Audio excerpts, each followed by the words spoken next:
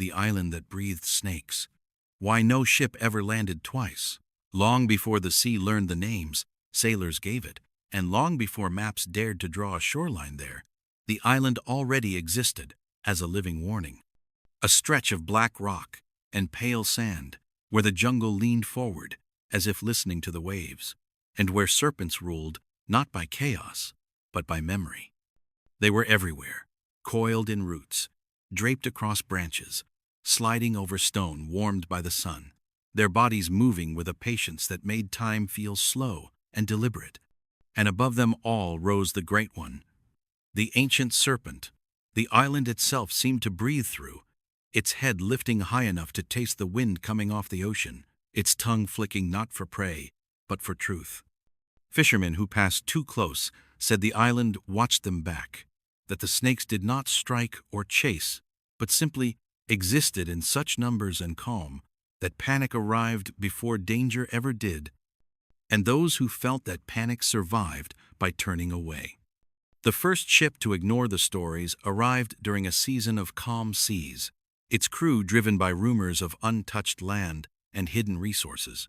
Believing fear was just another obstacle men invented to justify retreat.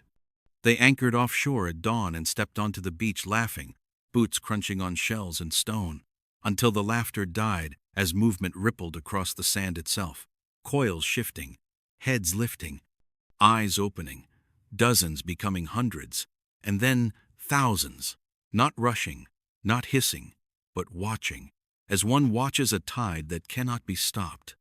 The Great One rose from among them then, taller than a man, thicker than the mast of their ship, its shadow stretching across the beach like a closing gate, and the crew understood in a single shared heartbeat that this was not a place meant to be claimed.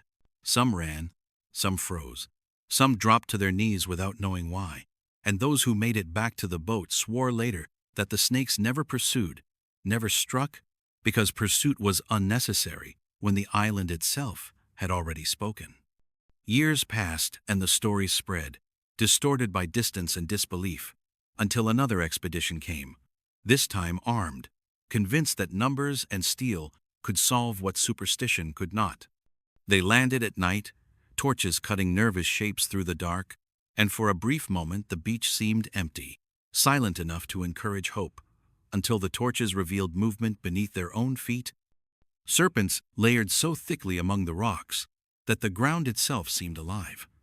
Panic erupted, shots fired into darkness, and that was when the jungle answered, not with attack but with presence, snakes pouring from roots and trees, encircling the intruders without closing the circle, leaving a single clear path back to the water, a choice offered without words.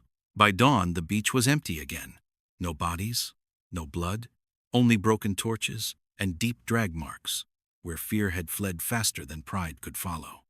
Those who studied such things later came to understand that the island was not cursed, and the snakes were not monsters.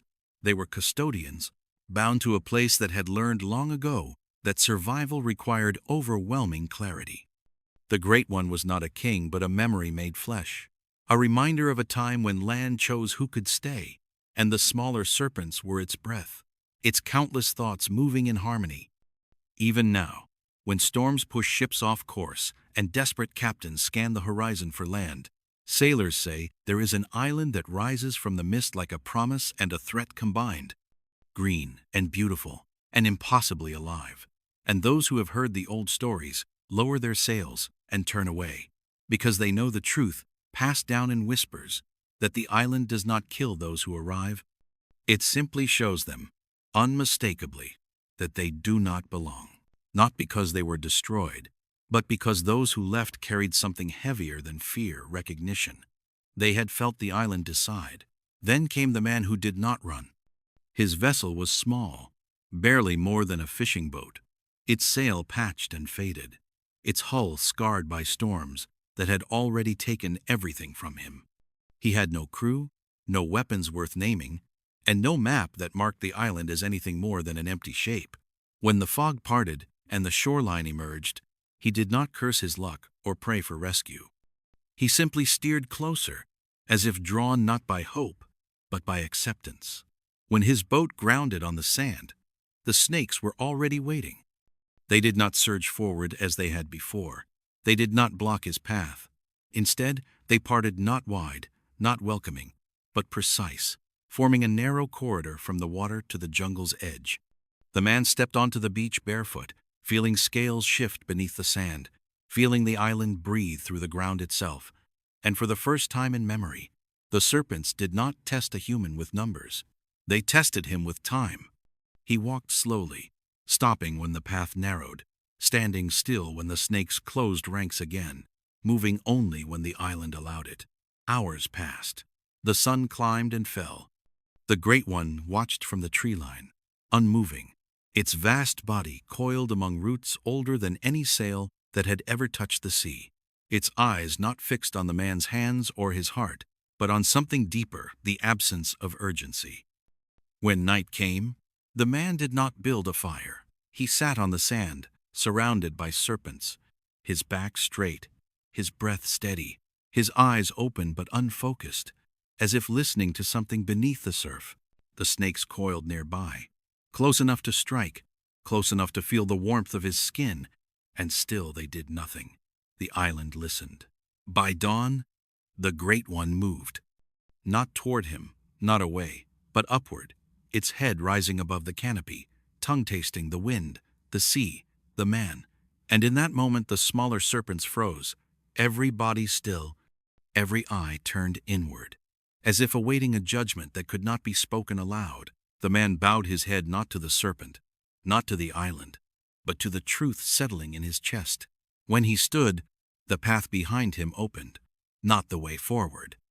The way back. He returned to his boat without haste, pushed it into the surf, and sailed away as the fog closed in once more. The snakes did not follow. The island did not pursue. It had learned what it needed to know. Those who later heard his story noticed one detail he never changed. The island had not rejected him. It had recognized him as someone who could leave.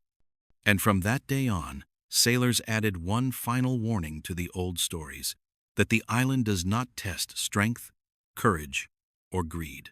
It tests whether a human knows the difference between arrival and belonging,